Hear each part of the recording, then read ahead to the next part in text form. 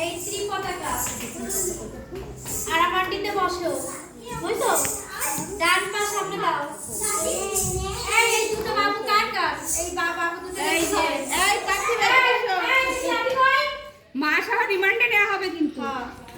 আসো রেডি 1 2 3 গো দেখো